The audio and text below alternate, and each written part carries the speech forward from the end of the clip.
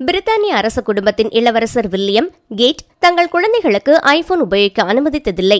இளவரசர் வில்லியம் மற்றும் Kate Middleton, இளவரசர் ஜார்ஜ், இளவரசி சார்லட் மற்றும் இளவரசர் லூயிஸ் ஆகிய இளம் ராயல்களுக்கு ஐபேடுகள் இல்லாத குழந்தை பருவத்தை உருவாக்குவதில் உறுதியாக இருக்கிறார்கள் அரசு தம்பதிகள். தங்கள் குழந்தைகள் படைப்பாற்றலுடன் வளர ஓடியாடி வெளியில் விளையாட வேண்டும்.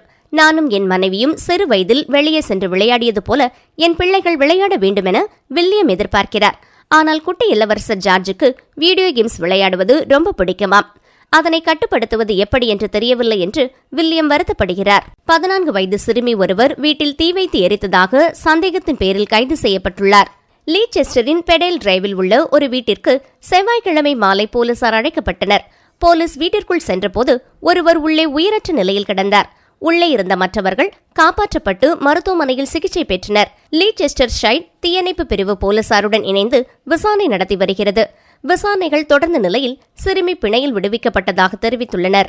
நியூசிலாந்து ரக்பி விளையாட்டு வீராங்கனைகள் இந்த வார இறுதியில் இங்கிலாந்துக்கு எதிரான மோதலுக்கு முன்னதாக பக்கிங்ஹாம் அரண்மனையில் மன்னர் சார்லஸை சந்தித்தனர்.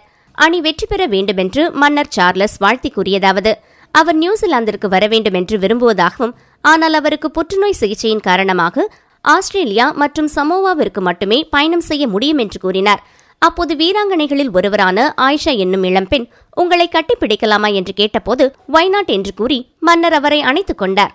அதன் பின்னர் எல்லா பெண்களும் அவரை கட்டியணைத்தனர். தற்போது இந்த வீடியோ சமூக வலைதளத்தில் வைரலாகி வருகிறது. ஏனென்றால் மன்னர் குடும்பம் யாரையும் கட்டிப்பிடிக்க கூடாது என்ற கோட்பாட்டை கடைபிடித்து வருபவர்கள். கீர் ஸ்டார்மர் இரவு 9 மணிக்கு மேல் உணவு விளம்பரங்களுக்கு தடை விதித்துள்ளார். அக்டோபர் 2025 முதல் டிவி மற்றும் ஆன்லைனில் ஆரோக்கியமற்ற உணவு விளம்பரங்களுக்கு கட்டுப்பாடுகளை அமல்படுத்துவதற்கான திட்டங்களை சுகாதார அமைச்சர் ஆண்ட்ரூ குவின் வெளிப்படுத்தியுள்ளார்.